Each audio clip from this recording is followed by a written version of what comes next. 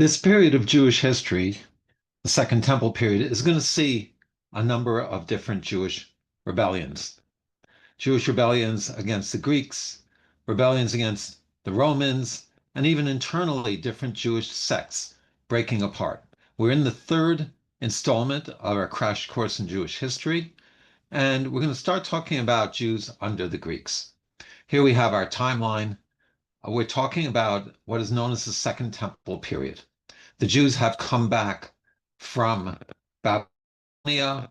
They have rebuilt the temple in Jerusalem, but it's nowhere near as grand and as beautiful as the original temple. And spiritually, it didn't have the Ark of the Covenant in the temple. It didn't have the miracles that were occurring in the first temple.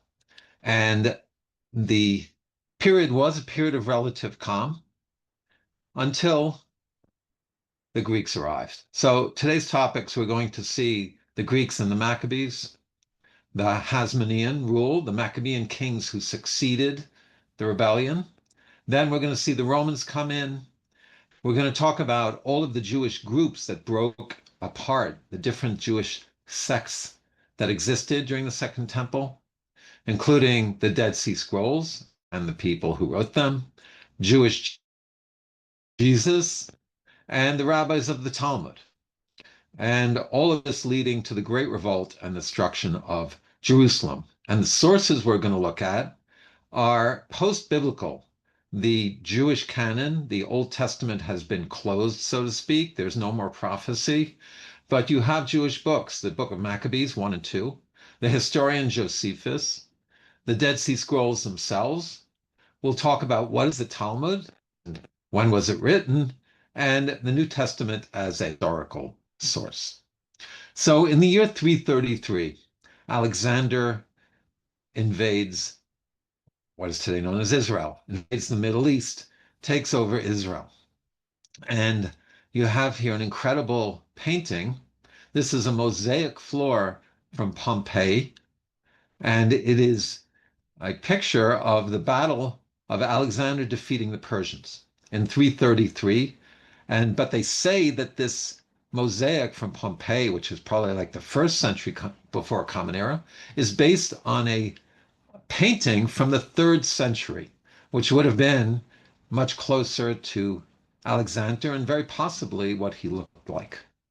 So there's a Jewish tradition, we're kind of told in the Talmud, of how Alexander came in. Shimon HaTzadik, the high priest of Jerusalem, came out to greet him. And Alexander gave him deference and said that he had seen him in his dreams and that he realized he had something to do with his victories. And he felt some good feelings towards the Jewish people.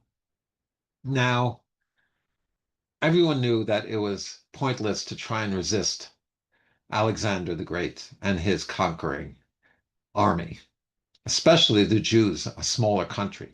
And we're going to see that Shimon the Righteous took an approach which will be echoed in later periods by the rabbis.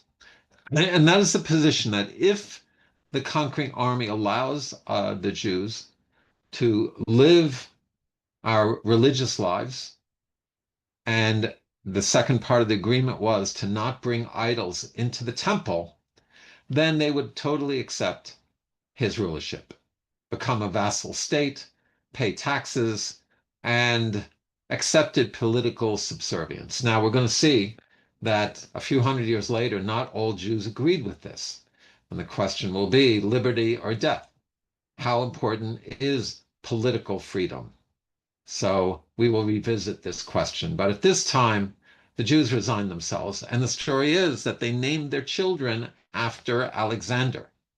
Now, even to today, you have Jews whose Hebrew name is Alexander, and which is quite surprising. However, interestingly, you do not find Jewish Alexanders throughout the Middle Ages or even the Talmudic period, which leads historians to believe that the Alexanders of today were named after Tsar Alexander, who was one of the few benevolent czars to the Jewish people. So the name was revived in more recent times. But Alexander agreed to not impose idols, to give Jews religious freedom, and for the next over 100 years, it will be a period of quiet.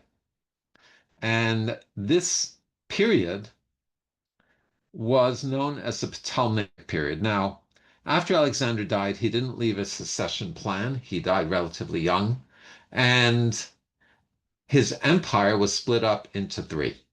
Between the Seleucids, who are the Syrian Greeks, the Ptolemies, who are the Egyptian Greeks, the most famous of whom was Cleopatra, who actually was not Egyptian. She was Macedonian, descended from these kings.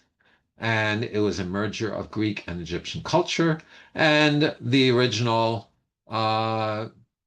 Greek and Greece itself.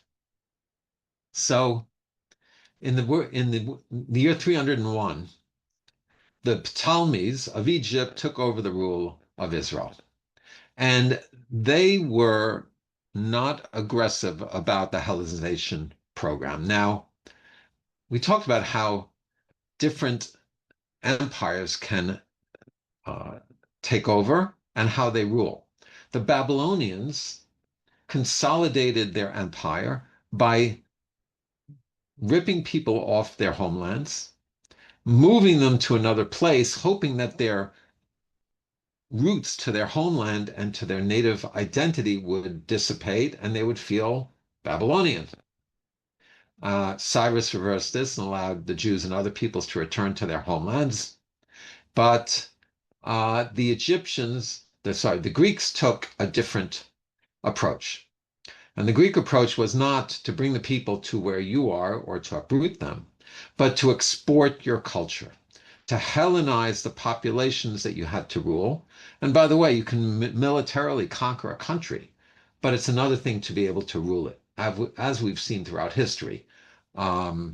Classic example is Afghanistan, that the British tried to conquer, the Russians tried to conquer, the Americans were in there, but if you don't control the people, then you haven't really taken over a country.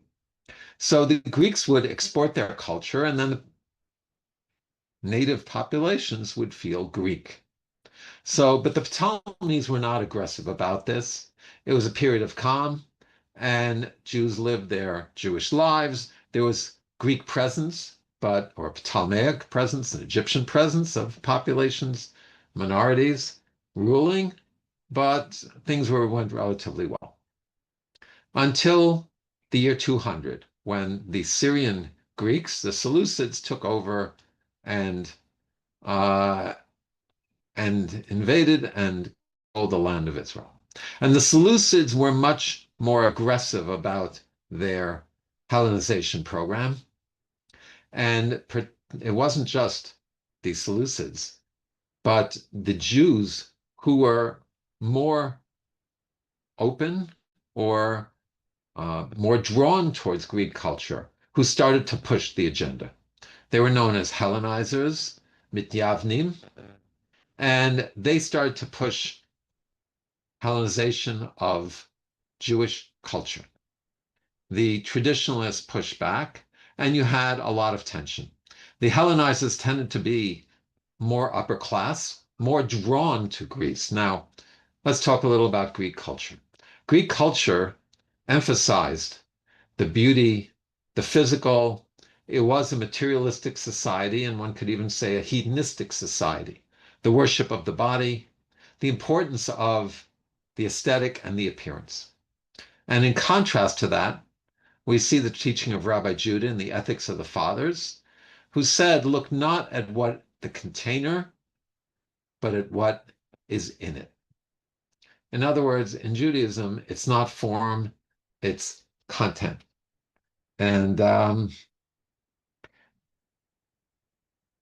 this created tensions between these two groups.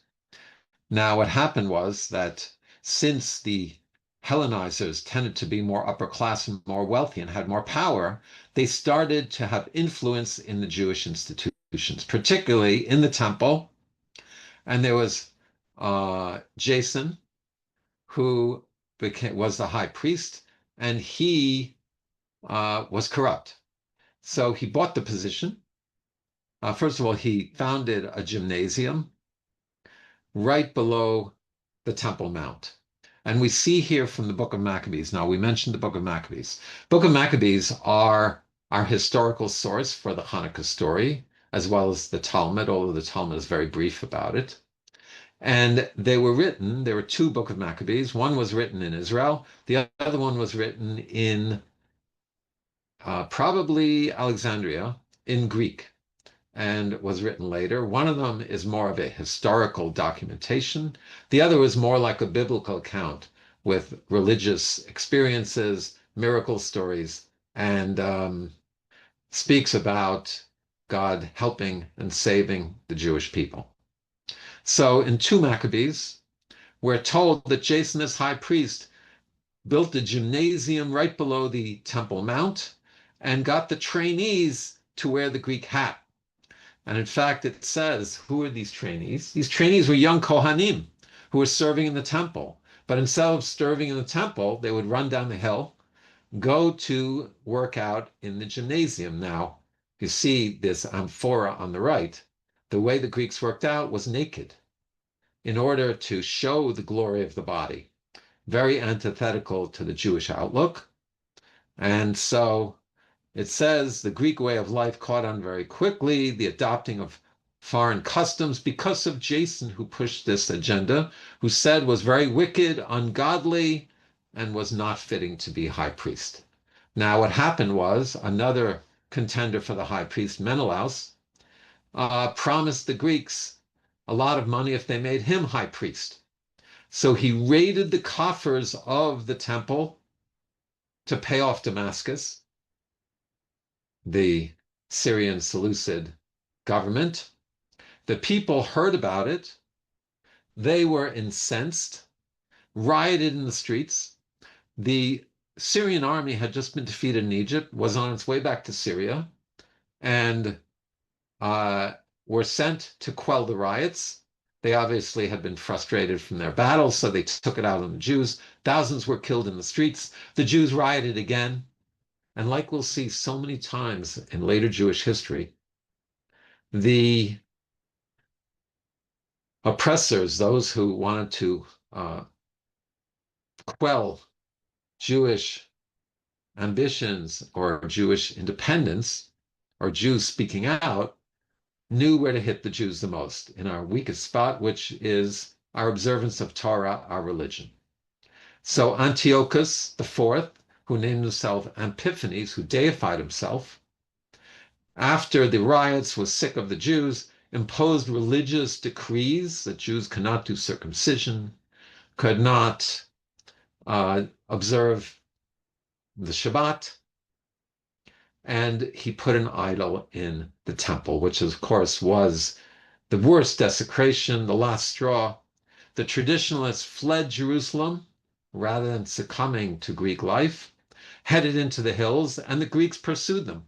They would send soldiers into the hills, call the people to the center of the square of the town, and force the leaders to bow down to idols and to eat pork.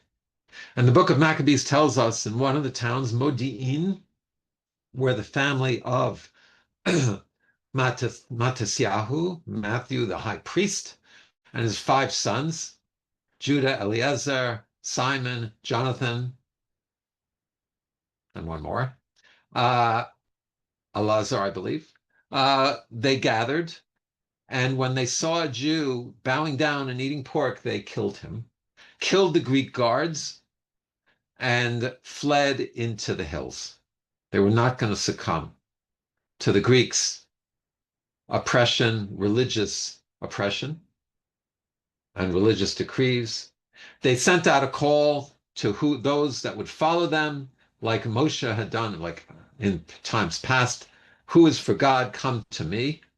And here you see on the right, the picture of Mattathias rousing the Jews to rebel against Antiochus. This is a etching of Gustave Doré, a French illustrationist. I've used some of his illustrations already. And It's very romantic, very romanticized, but it captures some of the drama. And on the left, you have the battles where, um, Mattathias, Matisyahu, gathered the Jews that wanted to rebel, that wanted to fight.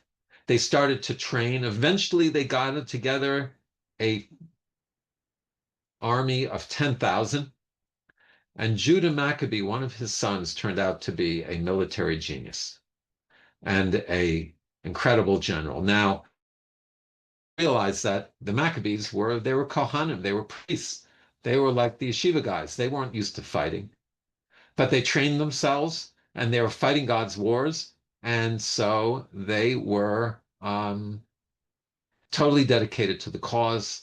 And tragically, 4 out of the 5 sons would fall. Now, Maccabee, it's not clear what Maccabee means. Some people believe it means hammer. There was a cartoon, the Hebrew Hammer. So the Hammers, maybe that was their nickname. The family was Hashmonai, which we'll talk about, they and their descendants. But Judah was able to conduct 4 battles which pushed off the Seleucid Greeks, the Syrians. At times outnumbered 4-1, 50,000, 50,000 against 10,000. The Syrians had tanks. The tanks of the ancient world were elephants, armed elephants. And you see here on the left, the dramatic picture of Eliezer, taking down the elephant in its weak spot underneath and tragically being killed by the elephant falling upon him. In 165, the Maccabees led the revolt. By a year and a half, 2 years later, they had retaken Jerusalem. And this leads to the dramatic story of Chanukah. They managed to succeed to retake the Temple Mount. He conquers Jerusalem on the 25th of Kislev, 164 BCE. He purifies the temple from any object which had touched a person who had touched a dead body, or a sword that had touched a dead body, had to be purified, had to be put in the mikveh, and they had to obtain new oil. Now, they found 1 flask of sealed oil that had not been rendered impure, and we know that's the Chanukah story. The oil lasted 8 days till they were able to obtain pure oil. And this miracle of the oil really, in a sense, was a reflection of the larger miracle, because it wasn't vital that they have the menorah burning to rededicate the temple. The real focus of the temple were the offerings, the animal offerings. But the understanding was that God did this miracle with the menorah to show them that really their entire cause, all their battles were really miraculous. And they established the holiday of Hanukkah. And interestingly enough, the war would take another 21 years to win. And so Hanukkah was not the end of the battle. We see here on the left the menorah. This would have been the size of the menorah in the temple, which was about 6 feet tall. The Talmud tells us that they had a set of steps that Levim walked up to light the menorah in the temple. And you'll also notice that the menorah in the temple had 7 branches, not 8. The menorahs we have is not a menorah. We call it a Chanukiah, which is 8 branches to commemorate the 8 days of the miracle. But in the temple, the menorah was 7 branches, which 7 is the number of spirituality in Judaism, like the Shabbat is the 7th day of the week. So we said the war would take another 21 years to win. 4 out of the 5 sons of Mattathias would die, and Shimon was the only one left. But he managed to broker a ceasefire, some type of peace treaty with the Seleucids, who were having their own internal political problems, and that helped the Jewish cause very much. And he became high priest, and also he ran the country. Now, this became very problematic because we've talked about how Jacob's blessing to his sons was that the staff should not leave Judah. Descendants of Judah, the son of to rule as kings. And even though Judah, they were all from the Levite tribe. And so the branches of government became enmeshed. The checks and balances were no longer there. And we'll see that this led to political consolidation, which was not, first of all, not good politically, and certainly religiously was frowned upon. And the Hasmonean kings, the descendants of Shimon, he would not formally allow himself to be called king, but his descendants became known as the Hasmonean kings, the Hashmonayim, who ruled from 142 to 63. And this was really the only time during the Second Temple period, during those 500 years, that you really had Jewish sovereignty. And his successor, Yochanan Hyrcanus, expanded the empire. This was the only period in Jewish history where non-Jews were forcibly converted to Judaism, particularly the Idumean people who were a neighboring kingdom, and we're going to see why that is important in a little bit. Now, one of the most renowned but also notorious kings was Alexander Yanai, or known as Yanai in the Talmud. And he was a Sadducee. We'll talk about who the Sadducees were. He was from this more upper class, more Hellenized segment of society that he identified with.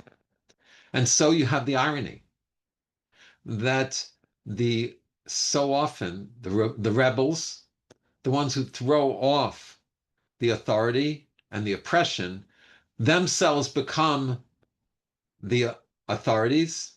They then acculturate to the very thing they rebelled against, and sometimes they become despotic as well. And that's what happened with him. He killed off the rabbinic leaders, infamously killing rabbis. His wife, Shlomo Tzion, was the sister of Shimon ben Shetach, one of the rabbinic leaders, who was one of the few to survive. And the Talmud has the story where the brother-in-law is invited to the king's house. He didn't know if it would be his last meal, and he goes, and because maybe he was his brother-in-law, Yanai does not hurt him. But we see here on the left, this is a rendering of the Hasmonean palace in Jericho.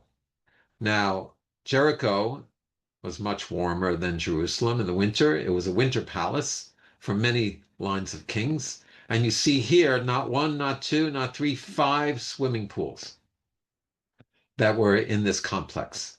Once again, acculturating to the Greek culture, to the hedonistic culture, to the physical pleasure culture, to the aesthetic and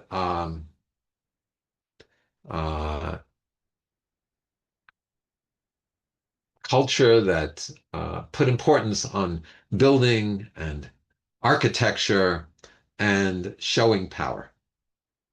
Now, interestingly enough, after Alexander Yanai dies, Shlomo Tzion will marry his brother, who then dies, and she will become queen. She realigned herself with the rabbis, and she was viewed as a benevolent queen and as a good period of ruling, even though, as we mentioned, according to the Torah, it's supposed to be a king and not a queen who rules the Jewish people. Nevertheless, it was a benevolent. There's Jerusalem and Tel Aviv named after her, but her rule did not last long. And she had 2 sons, Aristobulus and Hyrcanus, who allied with the Romans. They, and this sounds familiar, after benevolent king, they fight against each other for power. There's a civil war. They both go to the Romans to try and tilt the balance of power. Pompey, the general, plays them both, allies with both of them, comes in, appoints Hyrcanus as vassal king, but in effect ending Jewish rule. And Nachmanides, Rabbi Moshe ben Nachman, says two things about this. First of all, he says that really the Hasmonean kingdom was destined to end badly because they were Levites who became kings and should not have. And he also says that you see how so often the Jewish people, we bring disaster upon ourselves because it was the fighting between Aristobulus and Hyrcanus that brought them to go to the Romans. So in a sense, we brought in the Romans ourselves, and we're going to see that over the next 100 years, this is going to 140 years, this is going to lead to tragedy and disaster. Now, the successor to the Hasmoneans was a king who wanted to like himself to the Hasmonean kings, Herod the Great. And it's said that he tried to marry the last of the Hasmoneans to make his rule kosher, so to speak. She went up on a building and threw herself off rather than marry King Herod. He took her and pickled her in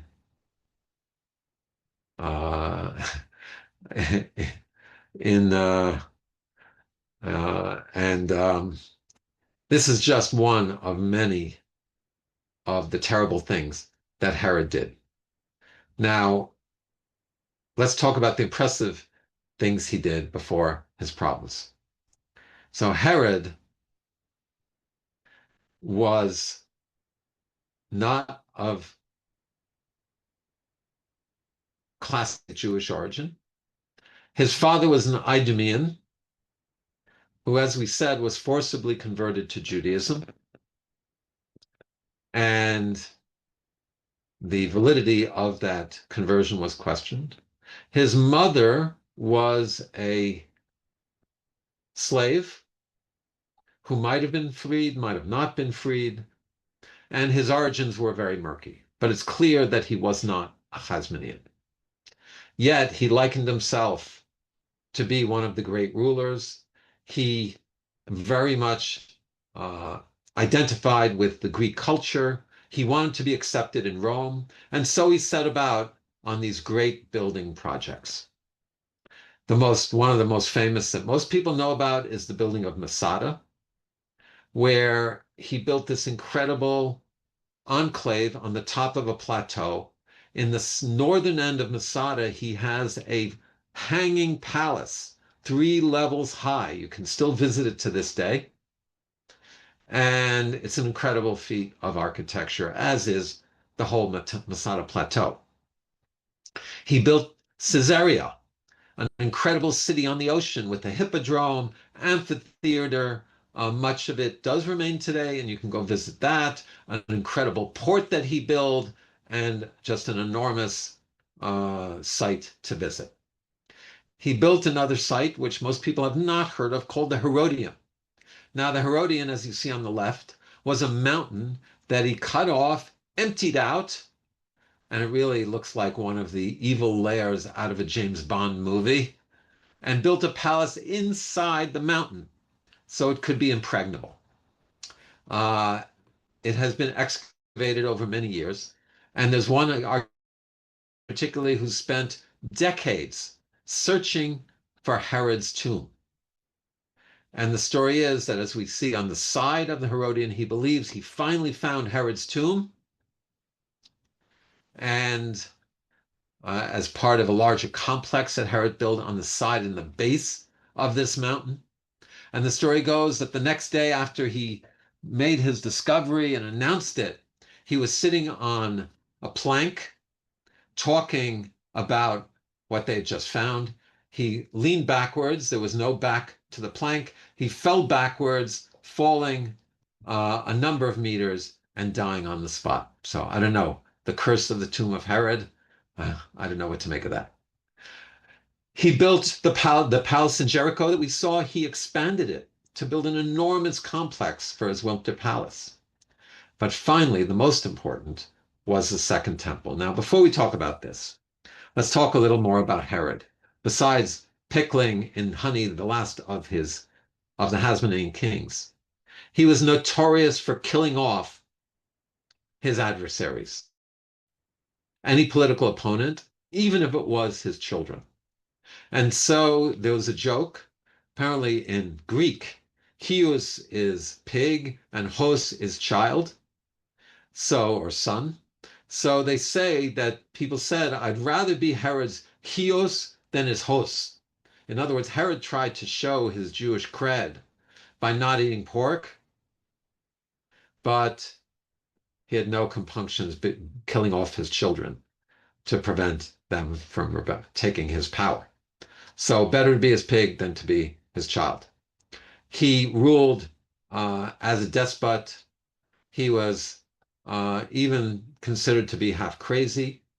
The Talmud tells us that he was struck with a disease of a bug entering his ear and eating up part of his brain, which in recent political life we've heard such diagnoses as well, and people who had that condition. And but yet at the same time, because he wanted to be accepted, is perhaps why he set out to build the second temple. And here on the left, we see this is an incredible model of the second temple, which is found now in the Israel Museum. And the rabbis say, if you've never seen the model of the second temple, you've never seen great building in your life. It had colored marble, which looked like the waves of the ocean. We see here on the front side, that is where the Temple Mount would be. And you see that it's actually a valley. And today, besides the temple tunnels, the archaeologists are digging down to this valley floor, and they've found incredible finds and incredible structures. They found a running public fountain, which you can go visit. When I saw it, they didn't get the water running again, but you see where the spouts. They found a small amphitheater and streets going down all the way down the mountain. So Herod expanded the Temple Mount some fivefold.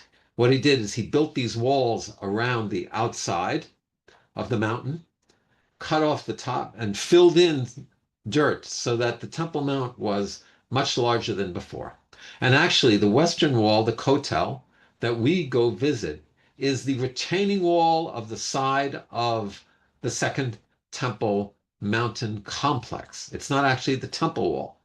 And you see that it is Herodian because the stones have a rim around the outside that's indented. Those are Herodian stones. And the rabbis were very ambivalent. Here was a king who was not even really Jewish, who was half crazy, who had done horrible things, yet now did this great thing for the Jewish people. And we have these dilemmas today of rulers who are morally questionable and yet protect and help the Jewish people in different ways. How do we view that? In the end, what they do, and the Jewish people benefited, and but Herod would die, and he was succeeded. That was the last semi-Jewish king who had semi-autonomy, because he still had to answer to Rome. And after that, corrupt Roman governors would be put in. And we will then go on to talk about the different groups in Jewish society and how it led to the destruction of Jerusalem.